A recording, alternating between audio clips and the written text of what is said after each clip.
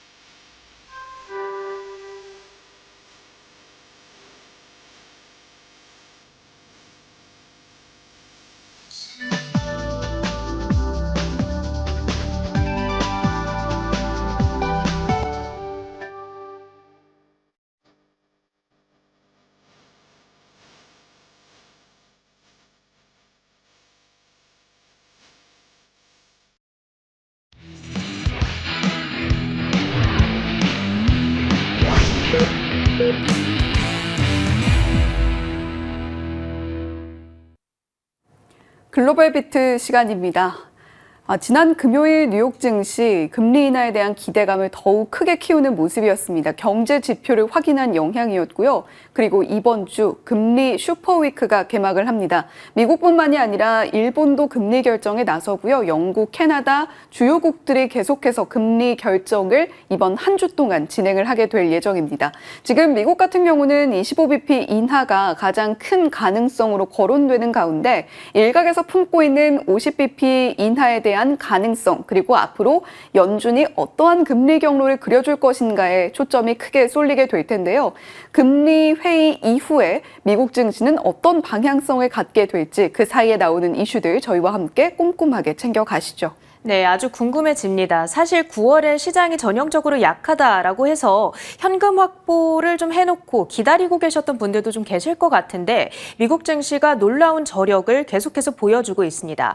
과연 이번 주에 있을 FOMC가 추가적인 랠리를 부추기는 촉매제가 될 것인가 아니면 짤론으로 작용하게 될 것인가 아주 궁금해지는데 일단 한 주간의 전략을 세워보기에 앞서 지난 금요일 시장 상황 자세하게 들여다보겠습니다. 이날 3대 지수는 혼조 양상을 나타냈습니다. 다우와 S&P 500 지수 전날 최고치를 경신했었죠. 이날은 다우가 0.6% 그리고 S&P 500 지수가 약보합권의 숨고르기 양상을 나타냈고요. 그랬던 반면에 기술주를 중심으로 한 매수세는 이날도 이어졌습니다. 그러면서 나스닥 지수가 0.4%대 강세 22,100포인트 선을 돌파하면서 이날 다시 한번 사상 최고치의 거래를 마쳤습니다. 일단 장 초반에 부담이 됐던 것은 9월 소비자 심리 지수입니다. 미시간대가 발표하는 자료가 되겠죠. 이 55.4로 발표가 되면서 지난 5월 이후 최저 수준을 나타냈습니다. 특히 고용 불안 그리고 물가 부담이 심화한 여파였는데요. 그러니까 전형적인 스태그플레이션에 대한 우려감이 반영되고 있는 겁니다. 특히 항목별로 봤을 때에는 5년에서 10년간의 기대 인플레이션이 기존의 3.5에서 3.9%까지 급등을 했습니다. 그러니까 지금 미국의 소비자들은 트럼프의 관세로 인한 물가 상승 여파가 단기, 일회성에 그치는 것이 아니라 장기적으로 계속 잔존할 거다라고 걱정을 하고 있는 상황이 되는 겁니다. 그러다 보니까 지금 월가 연준에서는 그 금리 인하와 관련해서 다양한 전망들을 내놓고 있는 것이 월가 아이비들의 평가가 되겠는데요. 대표적으로 이날 도이체방크 측에서는 연내 3차례 인하 전망, 현재 시장에서 베팅하고 있는 것과 동일한 규모가 되겠고요.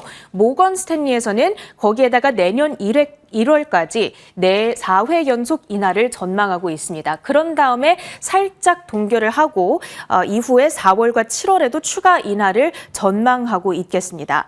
이번 주에 이제 금리 결정이 이루어지게 될 텐데 이를 앞두고 지난 금요일 트럼프 대통령 미국의 전형적인 보수 매체죠. 폭스뉴스에 출연해서 파월의 금리 인하가 이미 1년이나 늦었다라는 평가를 내놨거든요. 영상으로 준비를 했습니다. 함께 보시죠.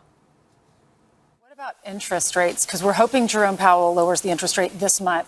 If he doesn't, and you get to appoint someone, is it next May? Yeah, I do. Who would you appoint, Well, and what do you expect? We have somebody that shouldn't be there. You know, we're going to see how that all works out too. You know, a Democrat that really shouldn't be there did bad things. But I call him Too Late. His nickname is Too Late. Okay, Jerome Powell, Jerome Too Late Powell. Too late on the interest rate. It's always late, except when it came to a Democrat, because before the election he dropped the interest rates to try and help Kamala Harris, I guess. I assume that's why, because he shouldn't have dropped the interest rates then. He should have dropped. But he's a year late. And despite that, we have the best economy we've ever had. We have the best stock market we've ever had. In other words, what we've created is so strong. We have $17 trillion going to be invested in this country. 일단 트럼프 대통령의 해임 시도 이후에 미국 연방법원은 쿠 기사가 일단은 직위를 유지해도 된다라고 판결을 내린 상황이죠. 또 한 가지 변수는 쿠글러 의사의 공석입니다. 지난주 미국 상원은 스티븐 미란 백악관 경제고문을 후임으로 지명시키는 안건을 통과시켰고요. 만약에 이번 주 초반에 본회의에서도 표결이 이루어지게 된다면 이번 주 FOMC에서 이 미란이 투표권을 지니게 될 것 같습니다.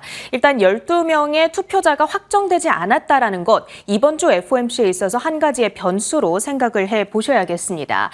이날 국채 금리는 일제히 꼬리를 들어 올렸습니다. 10년물 금리가 5bp 가까이 상승하면서 4.06%대에서 마감을 지었죠. 미시간대 소비자 심리지수, 그 안에서 기대 인플레이션이 상승한 영향이 미쳤던 것으로 확인이 되고 있고요. 이날 지수에서도 보시다시피 종목별로 순환매가 이뤄졌던 것이 특징입니다. 특히 전날 급등했던 러셀 2000 지수가 1%가량의 내림세를 나타냈고, 그런가 하면 기술주가 오르고 양자 컴퓨터, 우주 개발과 같은 테마성 성격의 종목들이 급등하기도 했거든요.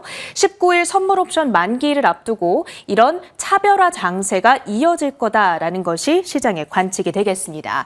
히트맵을 열어서 전반적인 섹터와 종목별 분위기도 확인해 볼 텐데요. 보시다시피 M7 기술주들의 분위기는 대체로 양호했습니다. 특히나 테슬라의 주가가 7.4%의 급등으로 강세를 주도했고요. 테슬라 이사회가 머스크 CEO에게 1조 달러의 보상안 패키지를 제시를 했죠. 그 대신에 이 시가총액을 8배, 9배 정도 끌어올려야 한다라는 조건이 따라붙습니다. 이에 따라서 머스크 CEO가 테슬라 주가 부양에 본격적으로 총력을 다할 거다라는 기대감이 반영되고 있습니다. 더불어 전날 네바다주에서 로보택시 테스트 승인을 얻었다라는 소식 역시도 우호적이었고요. 반면 소프트웨어 섹터로 가서는 오라클의 주가가 이틀 연속 차익 실현 압박을 받아가면서 이날도 5.1%의 약세 흐름을 가져갔습니다. 반면 마이크로소프트와 애플은 각각 1.7%대의 강세를 연출했고요. 반도체 섹터 내부적으로는 마이크론의 급등세가 눈에 띄었습니다. 이날도 4%대의 상승이었는데 전날 CT 측에서 나왔던 목표 주가 상향 보고서가 지속적으로 영향을 미치고 있습니다. 알파벳의 경우에는 또다시 신고가를 경신했습니다. 주말 사이 전해졌던 한 가지 특이한 뉴스가 앱스토어에서 제미나이가 챗 GPT를 제치고 처음으로 무료 앱 순위 1순위를 기록했습니다. 챗 GPT는 2순위로 밀려나게 됐고요. 이제 이런 기록을 나타낸 것은 이번이 처음인데 혹시 생성형 AI를 사용하시는 분들 가운데 가운데 최근 보면은 제미나이를 더 선호한다라는 분들의 의견이 적지 않게 들려오더라고요. 사실 얼마 전까지만 하더라도 챗 GPT가 등장하게 되면서 구글이 위협을 받는 것 아닌가 이런 우려의 목소리도 등장했었는데 역시 이 개발이 되는 어떤 속도, 끝날 때까지 우리가 그 결과를 알기 힘든 것 같습니다. 계속해서 지켜봐야겠고요. 메타의 경우에는 이번 주 연례 개발자 컨퍼런스죠. 커넥트 행사가 개최될 예정입니다. 이를 앞두고 주가 0.6% 정도의 강세 흐름을 가져갔습니다. 주요 종목별로 이슈가 있었던 종목들 조금 더 자세하게 들여다볼 텐데요. 먼저 엔비디아입니다. 블룸버그의 보도를 통해 전해진 소식인데 오픈 AI와 영국에서 수십억 달러 규모의 투자를 발표할 것이다. 이번 주에 그 발표가 이루어질 것으로 예상되고 있습니다. 이번 주에 트럼프 대통령의 영국 방문이 예정이 되어 있죠. 이 자리에 젠슨 황 CEO 그리고 샘 얼트만 CEO가 동행한다고 알려져 있습니다. 관련한 발표는 여기에서 진행될 것으로 보여지고요. 양사는 현재 영국 런던 소재의 데이터 센터 기업 Nscale과 데이터 센터 건설 프로젝트를 추진 중이다라는 것이 블룸버그 보도의 내용입니다. 그 밖에도 전날 슈퍼마이크로 컴퓨터가 블랙웰이 탑재된 AI 서버 출하를 시작했다는 소식이 전해졌죠. 엔비디아 주가에 우호적으로 작용하며 0.4%의 상승, 177.82달러대의 거래를 마쳤습니다. 다음으로는 아리스타 네트워크스, 이날 급락세가 두드러졌던 종목으로 보셔야겠습니다. 애널리스트 데이 행사를 가졌고요. 내년도 매출이 20% 증가한 105달러를 기록할 것으로 예상을 했습니다. 시장 예상치도 소폭 웃도는 수준인데 왜 이렇게까지 주가가 급락을 했는가? 2년 매출이라고 해서 이미 고객사로부터 돈은 받았는데 아직 제품과 서비스를 제공하지 않은 그 금액이 있잖아요. 이걸 감안하고서라도 20% 증가면 생각보다 보수적이다라는 것이 애널리스트들의 의견이 되겠습니다. 여기에 대한 실망 매물이 출회하면서 아리스타 네트워크스 8.9% 급락한 139달러대의 거래를 마쳤습니다. 다음으로 애플 소식입니다. 중국에서 아이폰 에어의 출시를 연기했다는 소식이 들려왔는데 그럼에도 불구하고 주가는 상승세를 나타냈죠. 애플워치의 고혈압 감지 기능이 FDA의 승인을 받아냈다라는 소식이 긍정적인 영향을 준 것으로 풀이되고 있습니다. 애플의 주가 이날 1.76% 반등하면서 234달러대까지 회복을 하고 있습니다. 그 밖에 이슈가 있었던 특징주들 먼저 퀀텀스케이프입니다. 전고체 배터리 기업으로도 잘 알고 있는 기업이 되겠는데요. 이날 옵션 거래량이 평균치의 5배를 상회하는 특이한 움직임이 포착이 됐습니다. 그 가운데에서도 풋콜 비율이 0.22, 그러니까 콜 옵션이 압도적으로 많았다라는 것이 특징이었는데요. 수급적인 요인에 의해서 주가가 강세를 연출했습니다. 퀀텀스케이프 이날 12%대 급등으로 진행이 됐던 가운데 그 밖에 2차 전지와 전기차 관련주들은 혼조 양상을 나타냈다는 점도 참고해 보시면 좋겠습니다. 다음으로 양자 컴퓨터 테마도 확인해 봅니다. 이날 일제히 급등세가 두드러졌던 쪽인데 아이온큐가 애널리스트 데이 행사를 가졌고요. 여기에서 향후 30년간 양자 컴퓨터 산업을 주도하겠다고 선언을 했습니다. 특히 최근 양자 컴퓨터 분야 내에서 여러 대기업들이 참전을 하다 보니까 경쟁 우려감이 불거지고 있는데 IBM보다 우리가 더 큰 연산 공간을 갖추고 있기 때문에 기술적으로 최소 5년간은 우위를 확보하고 있다. 이런 이야기를 했고요. 아이온큐의 주가 그러면서 18%대 급등세를 나타냈습니다. 단숨에 55달러대에 안착하는 모습, 리게티 컴퓨팅 역시도 14%의 동반 강세를 연출했고요. 그 밖에는 D-Wave와 퀀텀 컴퓨팅의 7%대 급등세도 눈에 띄었습니다. 다음으로 백신 제약주들 일제히 약세를 기록했습니다. 트럼프 행정부가 이번 주 CDC 백신 자문위원회를 통해 코로나19 백신 부작용에 대해서 발표를 할 것으로 예상되고 있는데요. 이 코로나19 백신이 25명의 아동 사망과 관련이 있다라는 주장이 함께 전해질 것으로 예상되고 있습니다. 그러자 여러 백신 관련주들이 일제히 급락세를 연출한 가운데 화이자의 주가는 4% 가까이 하락하면서 24달러대를 반납했고요. 그 밖에도 바이오엔테크 그리고 모더나의 주가가 7%대의 약세 흐름을 가져갔습니다.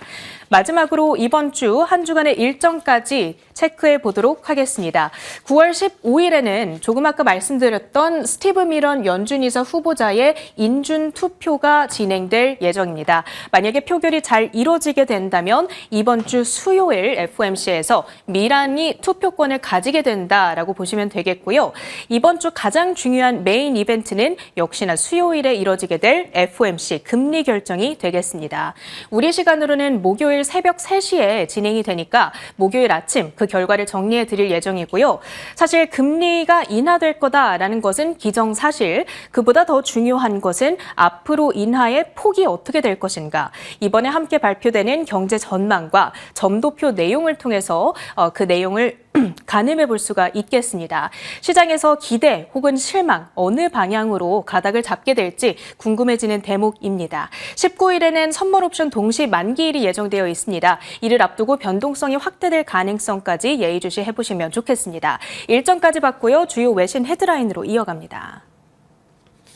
네, 이번 주 금리 슈퍼위크 시각적 자료로 살펴보시면 조금 더 얼마나 많은 국가들이 금리 결정에 나서는지를 한눈에 파악하실 수 있을 겁니다. 일단 대표적으로 현재 시간으로 수요일 금리 결정을 하게 될 미국, 그리고 캐나다, 브라질이 있겠고요. 그 밖에도 우리 경제에 크게 영향을 줄 수 있는 국가, 일본 역시 금요일에 금리 결정에 나서게 됩니다.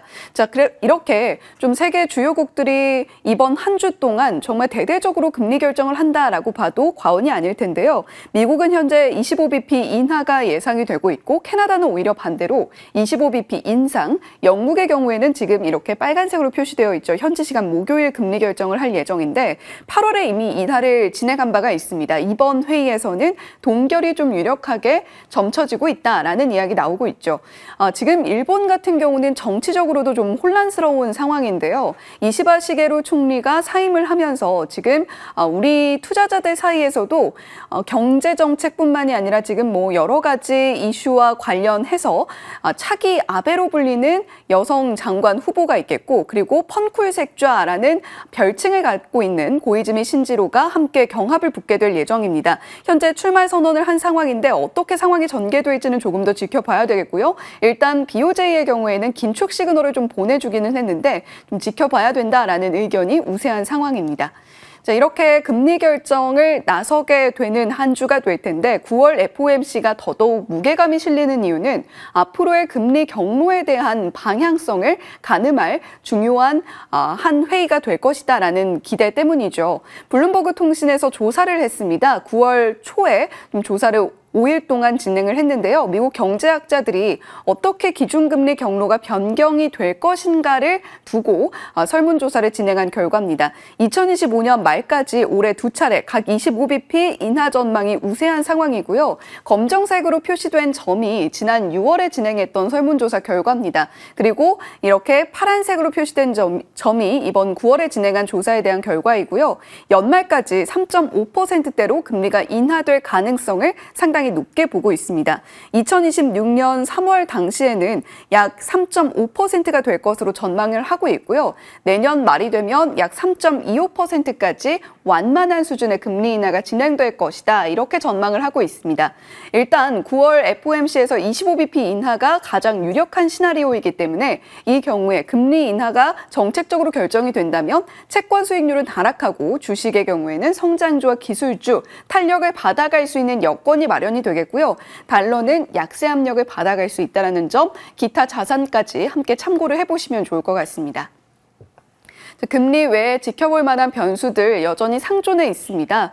지금 현재 세계 주요국들은 부채 문제로 상당히 골머리를 앓고 있는데요. 대표적인 국가가 프랑스입니다. 프랑스는 부채 문제 해결을 위해서 내각이 나섰다가 지금 전원 사임을 해야 되는 상황 마주하고 있는 모습이죠. 피치에서는 프랑스의 신용등급 하향 조정에 나섰습니다. 기존에 AA 마이너스였는데요. 그보다 한 단계 낮은 A 플러스로 하향 조정하는 모습이었고요. 다만 등급 전망은 안 안정적으로 제시를 했습니다.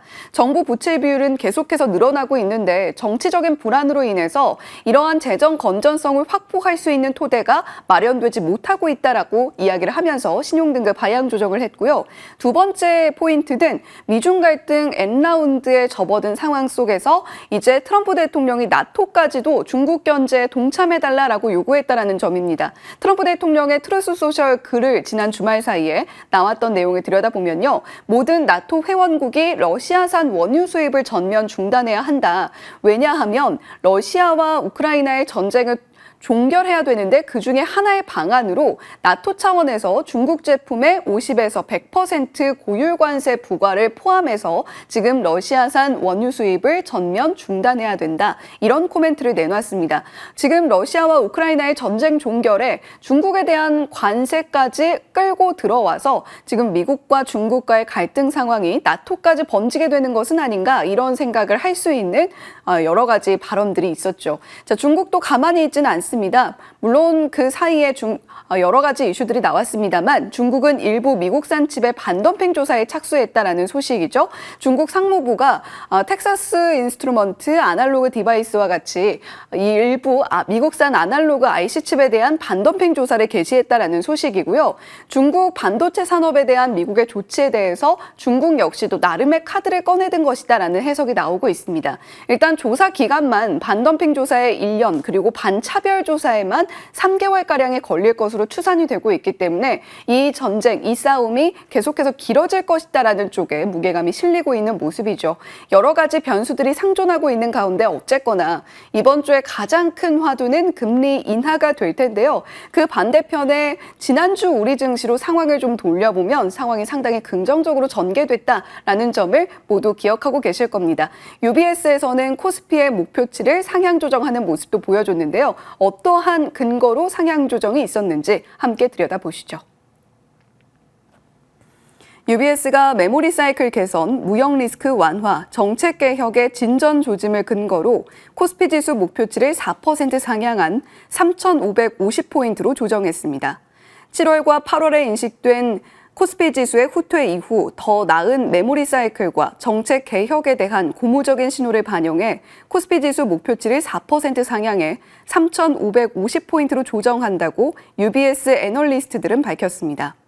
UBS는 미국과의 무역 협정이 아직 확정되지 않아 관세 결과 리스크는 여전히 존재한다면서도 기술 분야의 무역 불확실성 감소와 건전한 메모리 수요가 2026년 시장 EPS 확장을 위한 더 명확한 경로를 지원할 것이라고 말했습니다. 네, 코스피 지수 지난 금요일장의 시세까지도 확인을 하고 오셨는데요. 자, 이제 메모리 반도체의 시간이 본격적으로 도래하면서 코스피 지수에 상당히 우호적인 환경이 마련됐다라고 보고 있는 겁니다. 코스피 지수의 목표치를 3,550포인트로 제시를 하고 있는데요. 여전히 상존하고 있는 리스크는 있죠. 미국과의 무역 협상 어떻게 결과가 나오게 될지, 실제로 어떤 내용의 서명을 하게 될지는 우리가 끝까지 지켜봐야 된다라는 내용이 있고요. 관세 결과에 대한 리스크는 당분간 좀 안고 갈 필요가 있다라는 점은 리스크로 꼽고 있습니다. 자, 하지만 기술 분야의 불확실성, 여러 가지 AI 데이터 센터에 대한 수요가 입증이 되고 있고 그 안에서 한국 기업들이 차지하고 있는 포지션이 분명한 상황이죠. 불확실성 감소는 우리 기업들의 우호적인 환경으로 이어진다라는 분석입니다. 그와 함께 건전한 메모리 수요가 받쳐주고 있고 내년 EPS는 이러한 근거로 확장될 것으로 전망한다라고 보고 있는데요. 올해 코스피 지수의 EPS 26%, 내년에는 20%가량의 성장을 예상하고 있습니다. 일본을 빼고 아시아 지역 국가들 전체로 들여다봤을 때 한국 지수는 분명히 아웃퍼폼할 수 있다라고 긍정적인 전망을 제시하고 있는 거죠. 자, 그렇다면 메모리 반도체의 시간이 왔다라고 이야기를 하는 근거는 무엇일지 들여다보겠습니다. 자, 클라우드 AI 반도체 시장 내에서 AI 학습 부분을 담당하는 칩과 추론을 담당하는 칩의 앞으로의 성장 전망을 들여다보고 있는 표인데요. 지금 지금 2030년이 되면 80%의 비중을 차지하게 되는 칩이 있고 반면에 20% 비중으로 조금 내려가는 비중의 칩이 있습니다. 추론과 학습 중에 과연 어느 쪽일까요? 2021년에서 2023년 사이에는 AI 학습용 칩이 중심이었습니다. 엔비디아의 GPU가 대표적이겠죠. 이 기세를 타고 엔비디아의 아주 폭발적인 주가 성장세가 놀랍게 나타나기도 했습니다. 2024년에서 2026년 현재 구간일 텐데 추론용 칩 수요가 급격하게 늘어나는 구간이라고 보고 있죠. 학습용과 추론용이 비슷한 수준으로 엇비슷하게 맞춰질 텐데 여기서 중요한 것이 추론 쪽에 들어가는 메모리 반도체입니다. 추론 메모리 반도체가 늘어나게 된다면 또 한 번 빅사이클을 기대해 볼 수가 있는 것이겠고요. 2027년부터는 구조적 변화가 시작이 되면서 추론용 칩이 보다 크게 늘어나게 될 걸로 보이고 2030년이 되면 추론용 칩이 80% 그리고 학습용 칩의 비중이 20%가 될 것이다 이렇게 보고 있습니다. 따라서 반도체는 점차적으로 저전력, 고효율 추론 칩이 대세로 자리매김할 것이다라고 보고 있는 것이죠. 자, 그렇다면 우리가 또 하나 체크해 볼 포인트가 있습니다. 엔비디아 루빈 CPX 발표가 됐는데요. 새 GPU라고 할 수 있겠습니다. 추론 워크로드를 효율적으로 처리하기 위한 전용 칩인데요. 메모리 그리고 HBM에 추가로 GDDR7을 사용한다라는 소식입니다. LPDDR은 모바일 기기에 최적화된 저전력 메모리고요. GDDR은 그래픽 카드에 주로 사용된 메모리 반도체 칩입니다. 그런데 이 부분이 루빈 CPX에 새롭게 들어간다라는 것은 고성능을 보여주고 저전력, 고효율을 보여주는 메모리 반도체 쪽은 계속해서 자극을 받아갈 수밖에 없다. 수요가 아주 크게 나타나면서 공급이 타이트해질 가능성이 있다라는 쪽으로 우리가 아이디어를 가져가 볼 수 있겠죠. 범용 메모리가 AI 서버와 같이 고부가가치 응용처에 채택이 되고 있다는 점을 긍정적으로 볼 수 있는 겁니다. 자, 이렇게 엔비디아 루빈 CPX 발표에서 우리가 어떤 힌트를 얻게 될 수 있는 것인가까지 들여다봤고요. 앞으로 한국의 메모리 반도체 시장이 조금 더 크게 성장할 수 있다라는 기대감 가져봐도 좋을 것 같습니다. 자, 두 번째 헤드라인인데요. 이제 영국 방문을 앞두고 있는 트럼프 대통령입니다. 그런데 여러 가지 투자 소식이 들려오고 있기 때문에 이 안에서 AI 시장, AI 랠리가 쭉 지속될 것이다라는 기대감을 조금 더 품어봐도 되지 않겠나라는 아이디어 얻어볼 수 있을 텐데요. 두 번째 헤드라인으로 준비했습니다. 함께 살펴보시죠. 오픈AI와 엔비디아 CEO가 런던 기반의 데이터 센터 업체 Nscale 글로벌 홀딩스와 공동으로 수십억 달러 규모의 영국 AI 데이터 센터 투자 계획을 공식 발표할 예정입니다. 이 발표는 도널드 트럼프 미국 대통령의 영국 국빈 방문 시점과 맞춰져 있으며 AI 클라우드 인프라 확대에 관한 미국, 영국 기술 협력의 상징적 이벤트로 주목받고 있습니다. 네, 지금 트럼프 대통령과 동행할 것으로 보이는 기업은 오픈AI와 엔비디아인데요. 그 밖에도 여러 빅테크 기업들로부터 영국 투자 관련한 소식들이 연이어서 나오고 있습니다. 구글도 마찬가지고 코어위브도 역시 지금 영국에 투자를 하겠다라고 밝힌 상황인데요. 오픈AI와 엔비디아 어떤 내용을 발표할 예정인지 들여다보겠습니다. 지금 런던 기반의 데이터 센터 Nscale 글로벌 홀딩스와 공동으로 수십억 달러 규모의 영국 AI 데이터 센터 투자 계획을 발표할 예정이다라는 소식이 드러나 있고요. 지금 영국 정부가 제공하는 전력 인프라, 데이터 센터 부지를 활용해서 Nscale과 데이터 센터 건립에 나설 것이다라는 내용입니다. 초기 투자 규모만 30억 달러 이상이 될 것으로 보이고요. 앞으로 이 규모는 조금 더 커질 가능성이 있습니다. Nscale은 노르웨이에서도 이미 오픈AI, 엔비디아와 함께 초대형의 데이터 센터를 운영 중이다라는 소식과 함께 맞물려서 이 투자 계획의 실현 가능성이 굉장히 높게 점쳐지고 있는 상황이고요. 앞서 전해드렸듯 구글과 코어위브도 역시 영국 방문 일정에 맞춰서 추가 투자를 발표할 가능성이 매우 높습니다. AI 랠리 이번 한 주 동안 촉발될 가능성 높으니까요. 이 소식도 반드시 눈여겨보시면 좋을 것 같습니다. 글로벌 비트 전해드렸습니다.